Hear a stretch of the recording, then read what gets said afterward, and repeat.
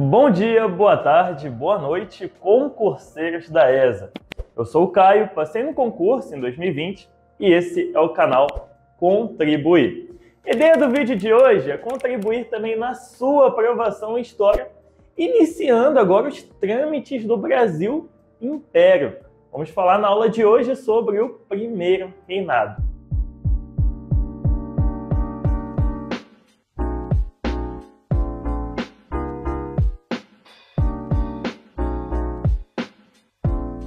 Pessoal, a última aula foi destinada a falar sobre a independência do Brasil, certo? Vimos os fatores que levaram ela a acontecer e o como que ela aconteceu também, vocês lembram? A trajetória de Dom Pedro se impondo contra as ordens das cortes portuguesas, até que eles ameaçam lançar tropas metropolitanas ao Brasil, justamente por Dom Pedro não estar acatando essas ordens. E a gente viu também que isso foi o estopim para o então príncipe regente dar o grito do Ipiranga e oficializar a separação entre Brasil e Portugal. Bom, a partir disso, Dom Pedro recebe o título de imperador e se inicia o primeiro reinado no Brasil. E na aula de hoje, logicamente, vamos falar sobre isso daí, como foi a administração de Dom Pedro I aqui no Brasil. Vamos ver a organização política. Dentro desse assunto, vamos ver o que foi a Constituinte de 1823 e a Constituição de 1824. Vamos falar também da Guerra da Cisplatina e da Confederação do Equador. E para fechar, temos que abordar a abdicação de Dom Pedro I, que significou o fim do Primeiro Reinado. Então, como vocês podem perceber, a aula hoje está extensa. Sendo assim, sem mais delongas, já se desliga de tudo que está acontecendo à sua volta para manter o foco completo aqui na aula. Não preciso nem dizer que é para esquecer cocoto e cocota agora, né? Ó, não esqueça de copiar as caixas de texto, porque é importante vocês construírem um material de revisão durante as aulas. Tudo certo? Então, vamos lá. Pessoal, vamos começar nosso conteúdo falando como que se deu o panorama político no início do Primeiro Reinado, tá bem? Que eu já adianto que vai ser bem conturbado. Mas vamos com calma, olha só. Agora que o Brasil conquistou a sua independência, qual que é o próximo passo para a gente? É nos organizar como Estado, concorda? Criar leis, regulamentar a nossa administração, ou seja, é elaborar uma Constituição do Estado brasileiro. Show? Então, com esse propósito, no ano de 1823, foi convocada uma assembleia para elaborar a primeira Constituição brasileira. E mais importante do que saber que essa Assembleia Constituinte aconteceu, é saber o que aconteceu nessa Assembleia Constituinte, porque deu fuzuê. Vamos lá, primeira coisa, foi proposto lá uma ideia que se popularizou como Constituição da Mandioca. O que seria isso? Essa ideia era para tornar exclusivo o direito de participar da política apenas para quem tinha uma elevada renda em alqueires de mandioca. Simplificando, só queriam que a elite agrária participasse da política. Mas aí você deve estar se perguntando, pô, Caio, por que mandioca? Porque a mandioca foi o alimento base da economia colonial. Foi uma imposição do governo português aos senhores de engenho na época, a fim de evitar crises alimentares. Então, por conta disso, ter muitos alqueires de mandioca significava também ter muita terra, ter muitos escravos. Pegou a ideia? Uma outra característica da Assembleia Constituinte foi a firme oposição aos portugueses. Tinha até um tom de xenofobia ali, tá? Mas muito disso também por conta daquela guerra de independência que eles ainda estavam vivenciando. Agora, olha só, pessoal, presta atenção, porque é a partir daqui que começa todo o fuzuê, tá? O projeto apresentado nessa Assembleia Constituinte também previa a subordinação do poder executivo ao poder legislativo. O que isso significa? Que Dom Pedro I devia se submeter à Câmara dos Deputados e Senadores. Previa ainda que o imperador não poderia dissolver a Câmara dos Deputados e que as Forças Armadas deviam se submeter as ordens do legislativo e não do imperador. Simplificando, eles tinham a ideia de um legislativo forte e de um poder limitado concedido ao imperador. O problema é que Dom Pedro I não vai gostar nada disso, dessa tentativa de limitarem seu poder. Então, por conta disso, no dia 12 de novembro de 1823, ele vai decretar a dissolução da Assembleia Constituinte. Para vocês entenderem, ele simplesmente manda cancelar essa Assembleia e, por fim, muitos deputados foram presos ou exilados. Inclusive o próprio José Bonifácio, o grande patrono da nossa independência. Em 25 de março de 1824, Dom Pedro I veio com tudo. Outorgou a primeira Constituição brasileira. Meio que falando, olha, quem manda aqui sou eu, vai ser do meu jeito, a Constituição tá aí, é isso. Essa Constituição estabelecia uma monarquia hereditária e a existência de um quarto poder de Estado, chamado Poder Moderador. Caio, o que é esse negócio aí? Esse poder era exclusivo ao imperador e estava acima de todos os demais poderes, dando a Dom Pedro I um poder político absoluto. Olha que surpresa! De modo que ele pudesse até se meter em todos os demais poderes. Em relação a quem poderia participar da política, o cenário mudou um pouco. O voto continuava sendo censitário apenas para o pessoal da mufufa, porém não seria exclusivo da elite agrária. Ficou definido que para ter direito ao voto, a renda mínima seria de R$100.000, além de ter que ser maior de 25 anos e do sexo masculino. Tá ok? E para fechar, ficou definido também que a religião oficial do Brasil seria o catolicismo. E isso foi instalado sob o regime do padroado, onde a igreja meio que se submetia ao controle político do imperador. Ok? Outra coisa a saber é que culto religioso não católico só seria permitido de forma particular. Bom, tendo entendido isso, a gente fecha essa parte de organização política e criação da Constituição. O que é importante saber sobre esse tópico é o que aconteceu na Constituinte de 1823 e o que falava a Constituição de 1824. Ok? Agora, a gente vai partir para alguns assuntos mais hostis, digamos assim. Vamos estudar sobre a revolta e sobre a guerra que aconteceu nesse período aí. Começando a ver sobre a revolta, no ano de 1824 eclodiu a Confederação do Equador na província de Pernambuco. Iniciou na província de Pernambuco e depois se espalhou para outras regiões do Nordeste, como Rio Grande do Norte, Ceará e Paraíba. As características dessa revolta é que ela tinha um caráter separatista e defendia a instalação de um regime republicano e federalista.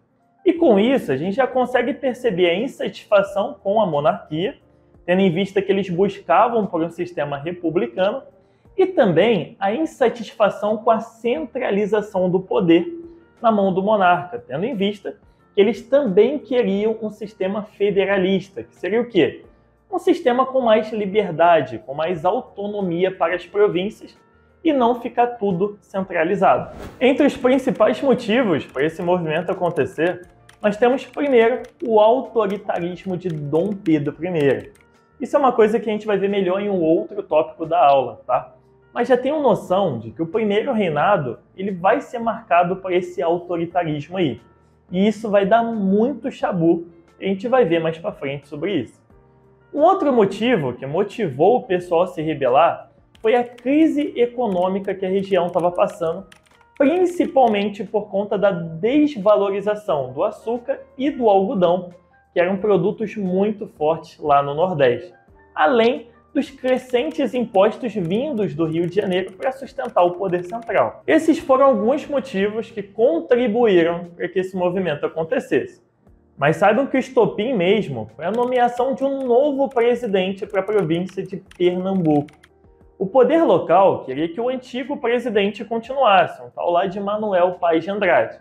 Mas mesmo assim, Dom Pedro resolveu nomear outro cara e foi isso que gerou todo esse estresse. Inclusive, foi esse Manuel Paes de Andrade que liderou o movimento junto com outras influências, como Cipriano Barata e Frei Caneca. É importante anotar isso aí. E para combater esse movimento, Dom Pedro enviou tropas terrestres e navais. As terrestres comandadas pelo brigadeiro Francisco de Lima e Silva e a esquadra naval ao comando do Lord Cochrane. O movimento foi rapidamente reprimido e, como consequência, Frei Caneca e outros 16 líderes foram condenados à morte. Beleza? Essa daí foi a Confederação do Equador, uma revolta interna. Agora o nosso estudo vai partir para o conflito externo, né? Que foi a Guerra da Cisplatina. Essa guerra tem uma duração de 3 anos. Vai acontecer de 1825 até 1828. Pessoal, se inteirando sobre o que estava acontecendo na Cisplatina, a gente lembra que em 1816, Dom João VI anexou esse território ao Brasil, que antes era chamado de Colônia do Sacramento e pertencia à Espanha, correto? Agora olha só, pensa comigo uma coisinha aqui. Essa era uma região que desde o século XVI foi colonizada pela Espanha. Então, poxa, eles tinham uma cultura diferente, que era a cultura herdada por quem o colonizou, e também falava uma língua diferente da gente, que era o espanhol. Agora eu te faço uma pergunta. Como que a população da Cisplatina iria se sentir pertencente a uma nação com uma cultura e um linguajar diferente da deles? Pois eu te respondo, não iria se sentir. Desde que Dom João VI anexou esse território ao Brasil, a população da Cisplatina nunca aceitou isso, essa posição de pertencimento. Então, por conta disso, quando eles tiveram a oportunidade, que no caso foi no ano de 1825, eles iniciaram sua guerra pela independência, sob a liderança de João Antônio Lavalleja e apoiados pela Argentina também. Importante saber que a Argentina não estava comprando a guerra deles, tá, pessoal? Na verdade, eles queriam anexar o território deles ao dela, é diferente. Ela estava com interesse aí, estava dando uma despertinha, né? Mas não foi o que aconteceu. A Inglaterra agiu como mediadora do conflito e o território não ficou nem para o Brasil, nem para a Argentina. No ano de 1828, a província da Cisplatina obteve sua independência e se tornou a República do Uruguai. Beleza? E caminhando para o último assunto da aula, chegou o momento da gente entender sobre essa abdicação de Dom Pedro I aí. Então, o que será que aconteceu para o imperador, intitulado Defensor Perpétuo do Brasil, ter que abdicar do trono brasileiro? Pessoal, vamos com calma para entender esse negócio aí. Ok? Olha só, a gente pode dizer que em 1831, foi o ano que o imperador abdicou do trono, a sua imagem já estava completamente desgastada perante a sociedade brasileira, tá? E de certa forma, não tinha condições mais dele continuar governando. E por quê? O que ocasionou isso daí? Primeira coisa, e também a que trouxe mais oposição contra ele, foi o seu autoritarismo. O que acontece, pessoal? Naquele momento ali pós-independência, o mundo ocidental já estava com pensamentos iluministas, né? E contrários ao absolutismo. Os países latino-americanos à nossa volta estavam conquistando suas independências e instaurando um sistema republicano já. Enquanto no Brasil, Dom Pedro I está tentando forçar uma monarquia absolutista, com aquela ideia de monarca forte, o monarca manda e o resto acata. Ou seja, ele está tentando forçar um tipo de sistema em um momento não mais propício para isso. A elite brasileira até aceitava que fosse uma monarquia ao invés de uma república. Porém, eles queriam que fosse uma monarquia legislativa, com um legislativo forte que garantisse suas participações nas decisões políticas. Aquilo que foi proposto na Constituinte de 1823 e que a gente viu o desfecho também, onde Dom Pedro I não aceitou, se estressou e ordenou que fechasse aquela Assembleia. Vocês estão entendendo? Isso já foi visto como uma medida muito autoritária da parte dele e atraiu já muita crítica e oposição ao seu governo. Uma outra coisa que não caiu nada bem foi a imposição da Constituição de 1824, onde ele basicamente chega e fala: olha só, a Constituição que eu quero é essa aqui, é isso que vai ser e vocês têm que aceitar. E para fechar o grupo das principais medidas autoritárias, o jeito como o imperador lidou com os rebeldes da Confederação do Equador foi visto como muito violento. Ele trouxe o título até de anti-brasileiro, o que, claro, serviu para desgastar ainda mais a sua imagem perante a sociedade brasileira. Além desse autoritarismo, outra coisa que chovia de críticas contra ele era em relação à crise econômica e o aumento da dívida externa, principalmente por conta da falência do Banco do Brasil em 1829 e também os gastos vistos como desnecessários, com a Confederação do Equador, a Guerra da Cisplatina e a Guerra de Sucessão Portuguesa. Agora presta atenção, pessoal. Desde a época de Dom João VI, a imprensa passou a desempenhar um papel muito importante no cenário político brasileiro, tá bem? Então, isso quer dizer que durante a administração de Dom Pedro I, já existia imprensa de oposição principalmente, tá? E por que eu estou falando disso? Porque em novembro de 1830, Líbero Badaró, um dos líderes mais importantes da imprensa de oposição ao imperador, foi assassinado. E correram notícias por todo o país de que o imperador tinha ligações com o responsável por esse crime. Então, depois dessa, já dá para imaginar, que a imagem do imperador foi ladeira abaixo. Inclusive, essa história aí vai ocasionar um episódio memorável chamado de Noite das Garrafadas. Explicando de forma bem sucinta, o imperador vai até Minas Gerais e é recebido sob protestos lá. Então, o Partido Português se comove e quis organizar uma festa de recepção para o imperador no Rio de Janeiro. Mas os brasileiros não vão deixar que isso aconteça. E rola uma pancadaria lá entre portugueses e brasileiros, ok? E por último, você pode anotar aí também a demissão do Partido Brasileiro. E o que aconteceu aqui? Dom Pedro, para tentar melhorar sua imagem perante a população, ele organiza um ministério composto apenas de integrantes brasileiros.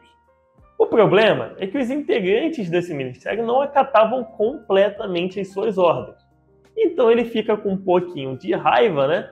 E demite todos desse ministério e organiza um novo, composto por portugueses conservadores. Pessoal, isso vai gerar uma revolta doida. Mais de 2.000 pessoas vão para a praça pública do Rio de Janeiro protestar. E aí ele viu que a situação estava crítica mesmo. Ele, temendo uma revolta generalizada também, no dia 7 de abril de 1831, ele abdica do trono em favor do seu filho, Pedro de Alcântara, que tinha na época 5 anos de idade. E aqui se dá o fim do primeiro reinado. Tá bem? Bom, pessoal, chegamos ao fim de mais uma aula extensa, né? Mas que abrange tudo o que é importante saber para a realização do seu concurso, ok? Espero ter contribuído com vocês e tornado o seu entendimento nessa matéria o mais fácil possível. Antes de ir, só aquela moral, né? Se inscreve no canal do YouTube e me segue no Instagram também, que eu tenho certeza que vai contribuir ainda mais com os seus estudos. É isso, foi um prazer, tamo junto, até a próxima e tchau, tchau!